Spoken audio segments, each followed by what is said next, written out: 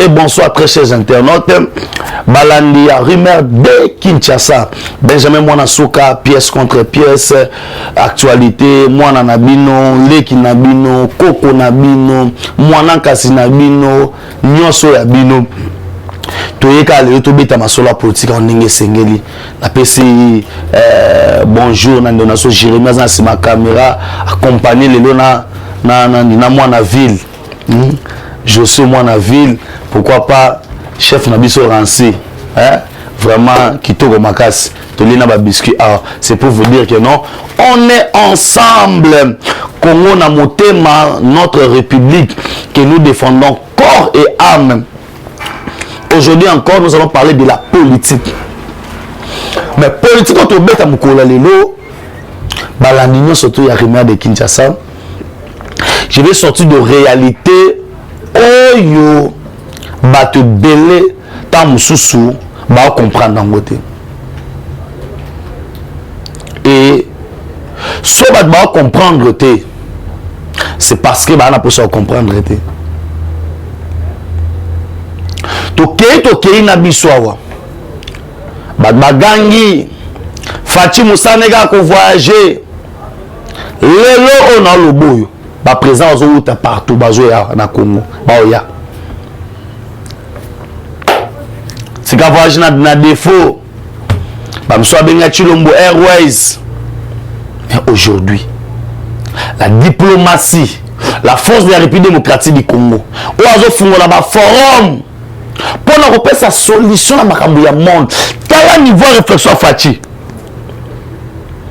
calamité ba na fabriquer ba voiture na Congo électrique. La clé, il y a monde na Congo à partir de minéraux, to bengi cobalt. Pour nous ça la batterie à voiture électrique, on a cobalt, la biso. Congo eza qualité, la clé, il y a to bengi servir à monde. Qui dit mieux? Quels sont ces gens-là au Bandai qui ont proféré de Massola Lokota?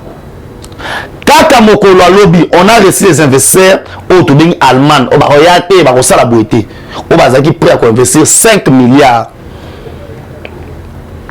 Babanda Rosala, Bamituka, tout le monde a Mercedes, on a commencé à bien en mettre Sofachi, ma personne a ta Sofachi. Hein? Tout le monde a passé à Bariba, Toyota, Barosa Pétan sauté, Tochofachi. Michoufati, hein? Mercedes Fati. Pour nous l'accepter que non. On avait besoin que le Congo puisse développer. Mais le Congo allait développer comment aussi longtemps que les pays étaient isolés sur le plan diplomatique. Pour qu'on ait que c'est là qui a voyagé. Lelo Oyo Fati, qui est dans Rwanda. Mais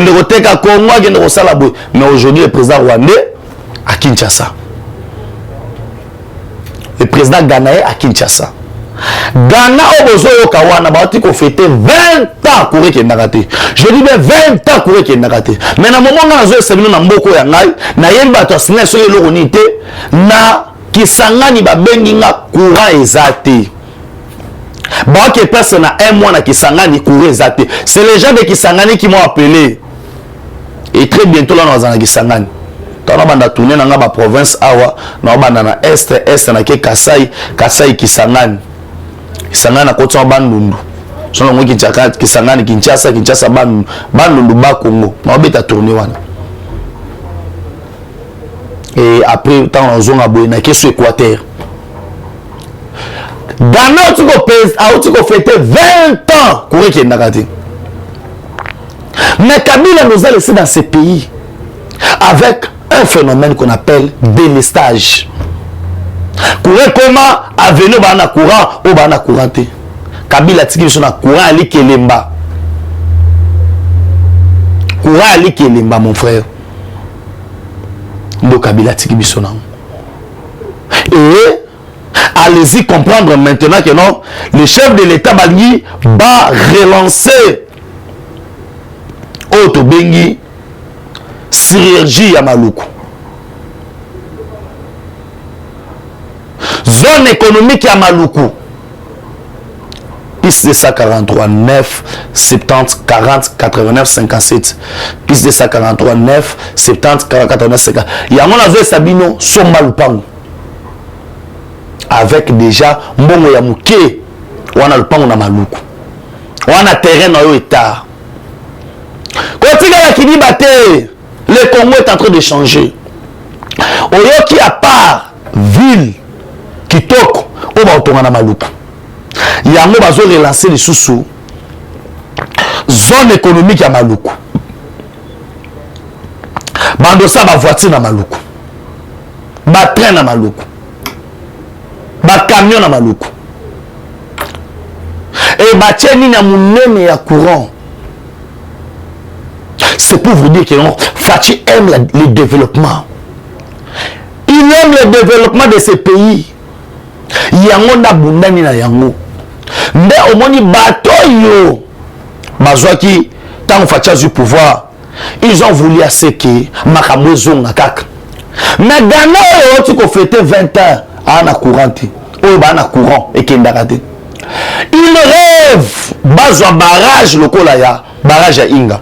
Balobi so bazana barrage de roi ya Inga pona bango masolo ya courant abu pia. Mais le Congo toza na barrage le plus puissant d'Afrique. Toi na moukourante. Toi ça l'émission de Tosa Bona groupe hein? Le géant Congo. Toi ça là na groupe 36 millions de dollars. Oh Brazzaville a foutu biso ya courant, bocha baloba ke koya na mai. C'est raisonnement bon normal. Voilà le régime déjà pendant 18 ans. Bocha bakena ozwa mbongo na Brazzaville. Akomi na nzela abi mbongo ekoyi na mai. Ya polité et l'autre côté mboka ne mtekoyi na mai. Et on a accepté ça. C'était ça le principe de Kabila. C'était ça comme ça qu'on dirigeait le pays. Voici maintenant de nouvelles données. Rectification à Berère.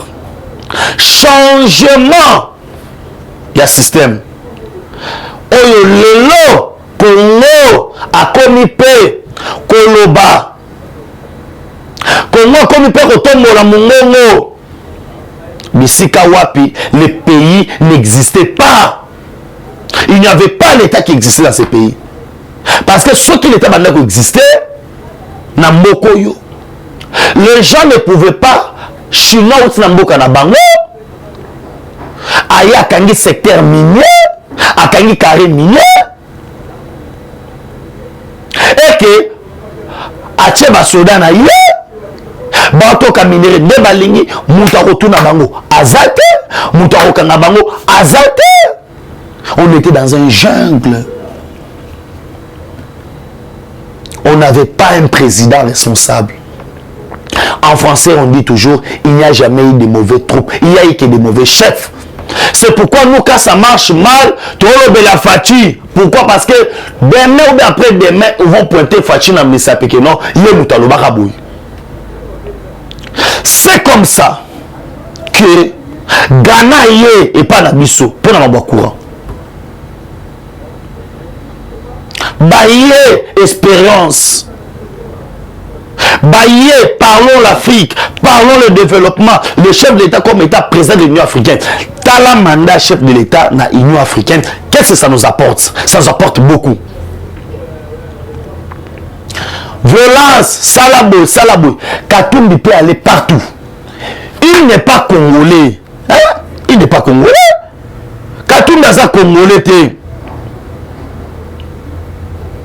Moïse Katumbi, c'est trop dangereux d'avoir deux candidats présidents de la République qui, en acte et en parole, prouvent qu'ils sont congolais de corps, mais étrangers de cœur.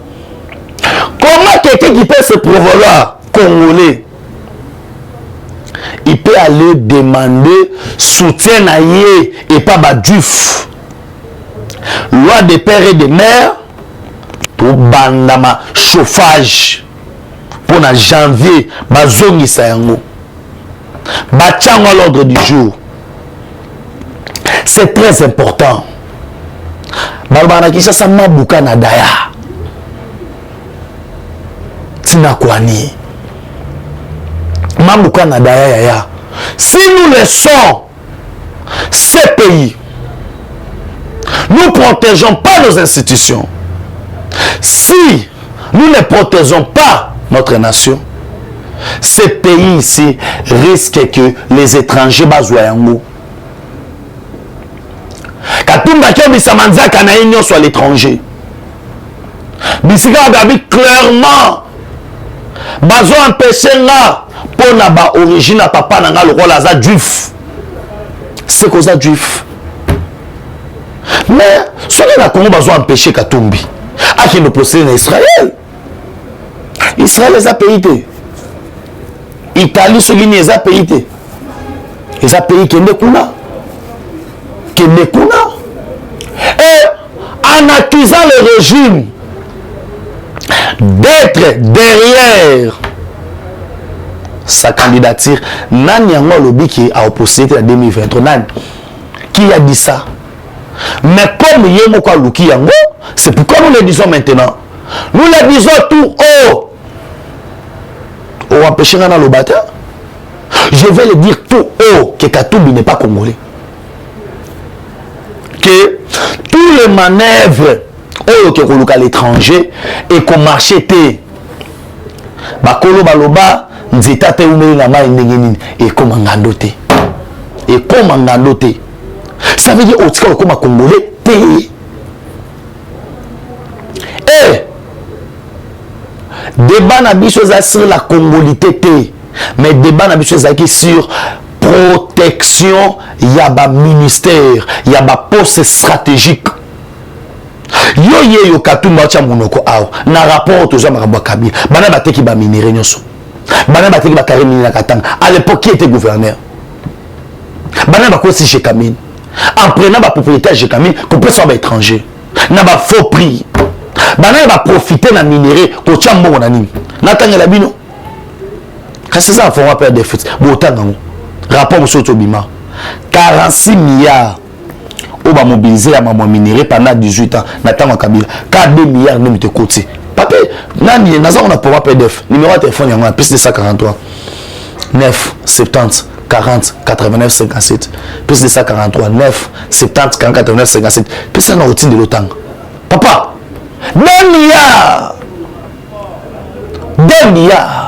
maintenant ce qui 2 milliards côté botou na ngai 44 milliards et qui wapi.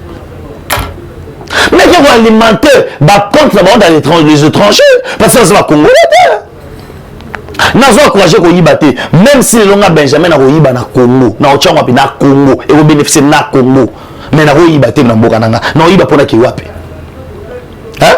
Mo payana yaka koyiba pour que Rochana Mboka na ye.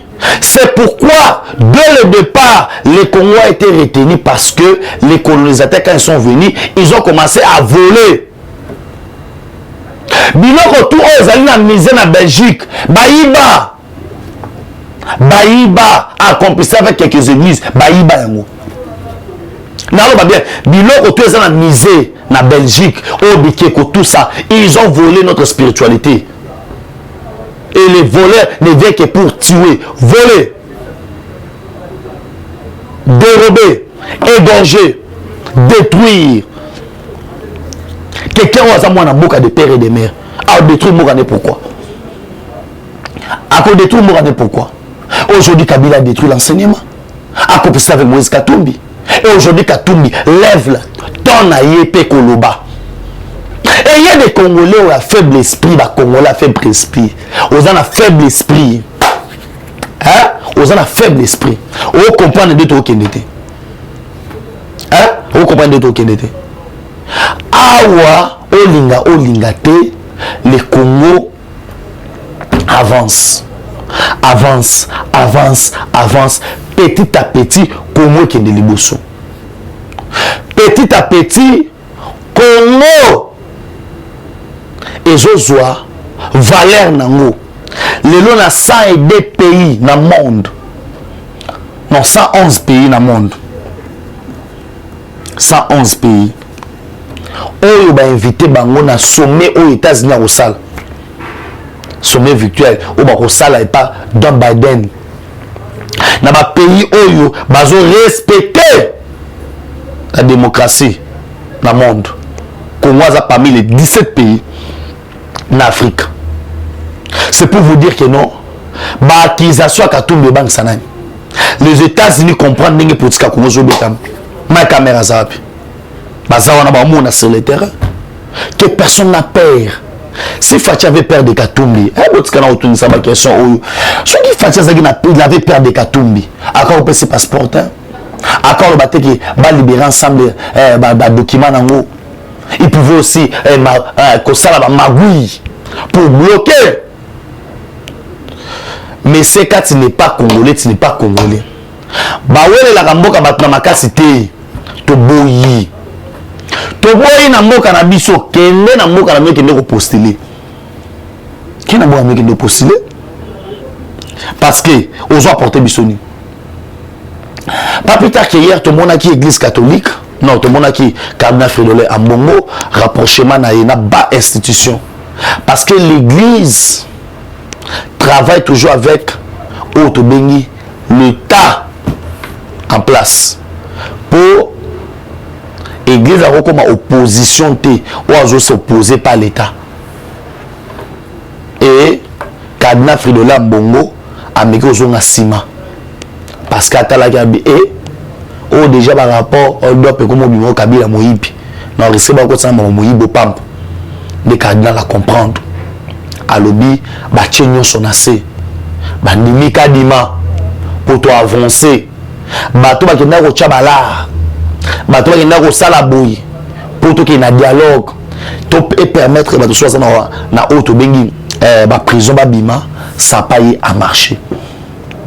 Pour vous les aïeux qui catholiques à Simba Yende, tout qui est na dialogue à Batumusuba Bima, non, ça a échoué. Et les cardinals, face à Baramous, non, au monde aux abouis, au risque quand on a mis Pam. Et puis en plus à part cela, il y a dossier, qui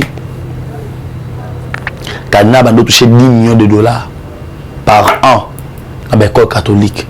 Bah au cas moto $100 n'élève mon tête à moto mon cardinal a $100 so tu fois 100 000 élèves c'est une affaire à $10 000 ou en angaïté moto azaki na comité à bas parents ya ba école catholique ne moto lobam maintenant c'est parce que cardinal a talisema azongi moto. C'est pour vous dire que les gens qui voulaient opposer l'État na église ils ont échoué.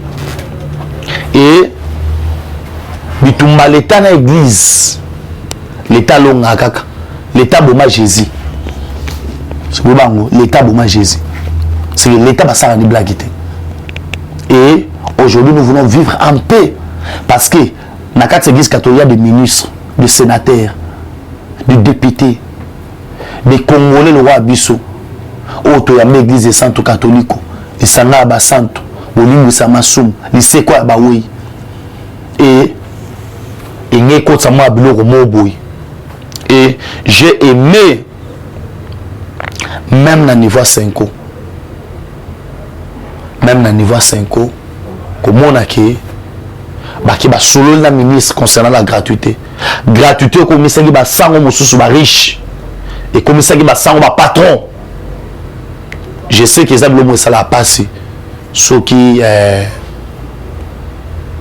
babotolo musuni 10 millions de dollars réservataires kobotolo déjà cardinal et bando ça déjà passé ya on a aussi na ba imbo kanu bolanda biso que to chema nduki na se to chena na se total mamboko to ba biso mais sera mutameko bouger ta nous sommes toujours aux aguets aux aguets.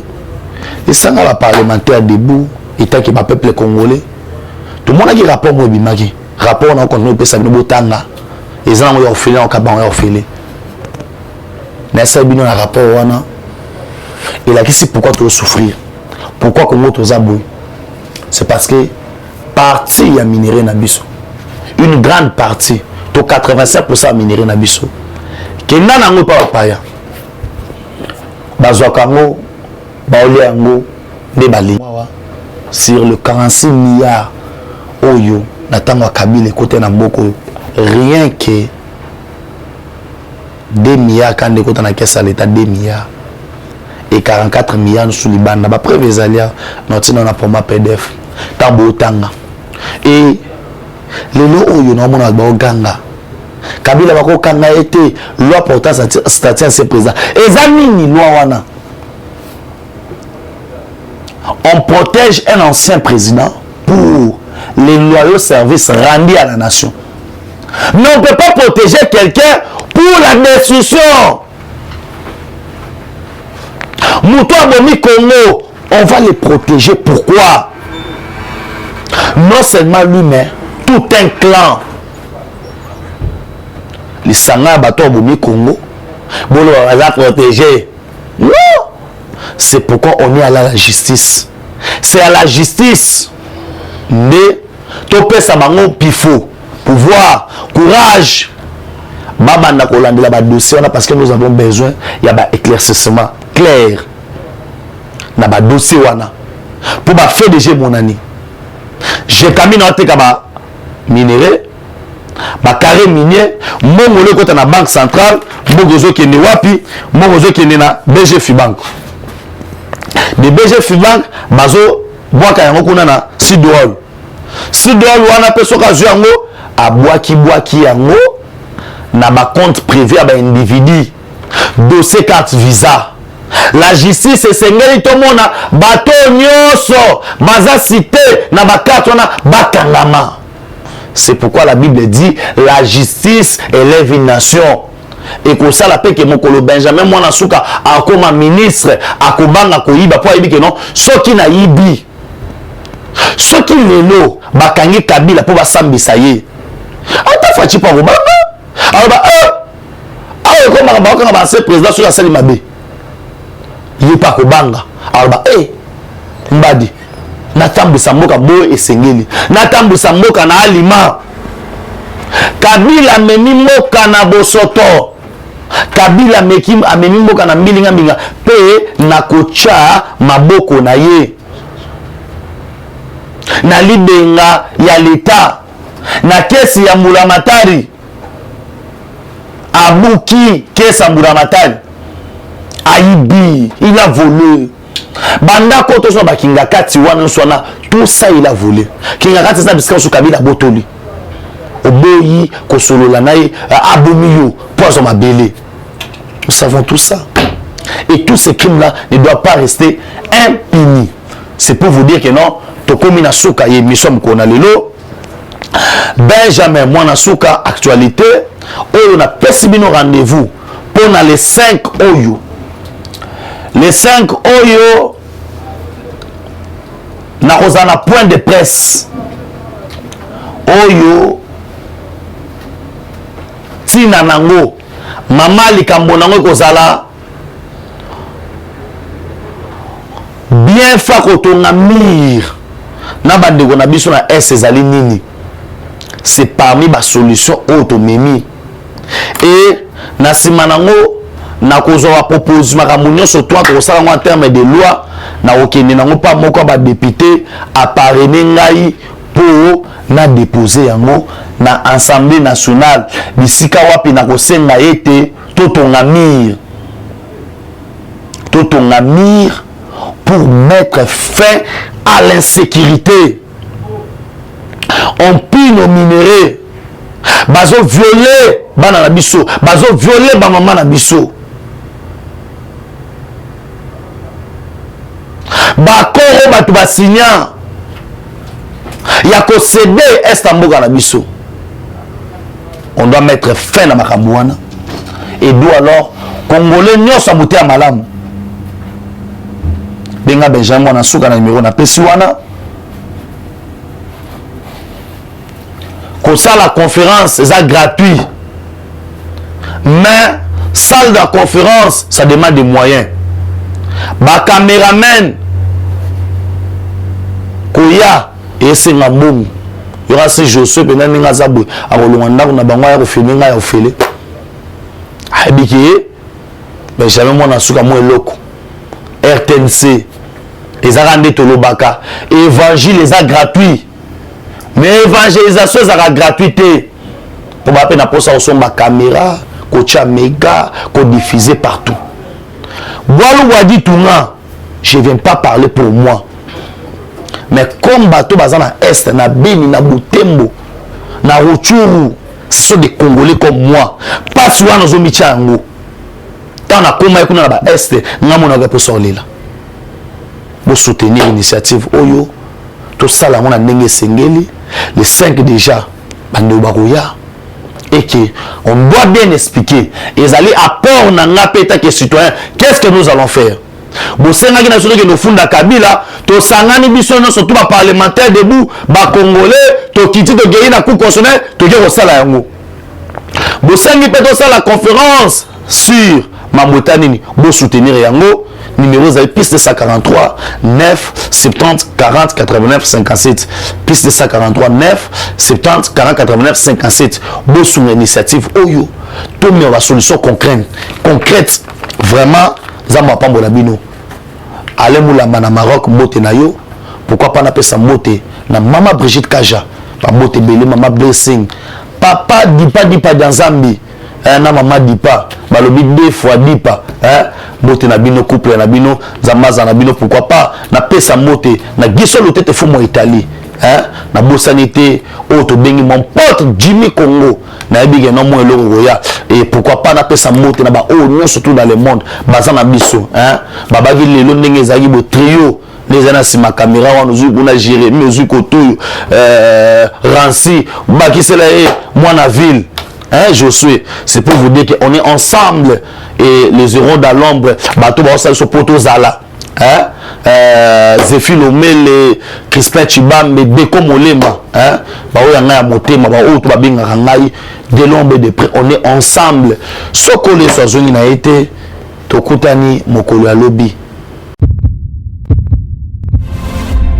Eshima, votre magazine qui bat au rythme de l'actualité. Retrouvez la nouvelle édition. Exclusivité, Sakombi Molendo, le pionnier de la bancarisation.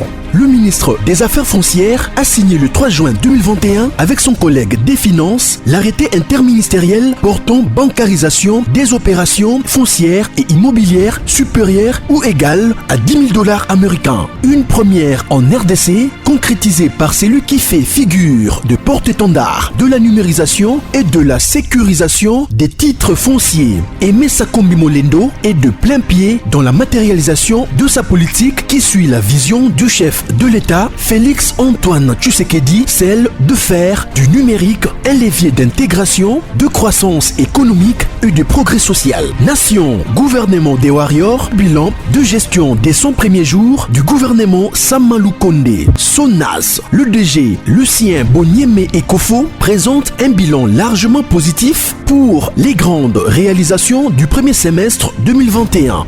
À lire également l'interview de Seth Kikouni portée sur les questions d'actualité. À la découverte de Tissia Mukuna, la DG de la marque La Quinoise, café planté et transformé à Kinshasa. Interview exclusive de Richard Ilunga, DG de l'ONIP, qui confirme l'identification de la population congolaise avant les élections 2023. Un an de patrouille financière, les audits de l'IGF mettent à l'écart les mandataires impliqués dans la mauvaise gestion des deniers publics grâce à Jules Alinguete, inspecteur général des finances, chef de service. Une analyse sur les coups d'État en Afrique et leurs conséquences. Retrouvez l'intégralité du magazine Eshima dans les kiosques. Eshima Magazine, un nouveau standard d'information.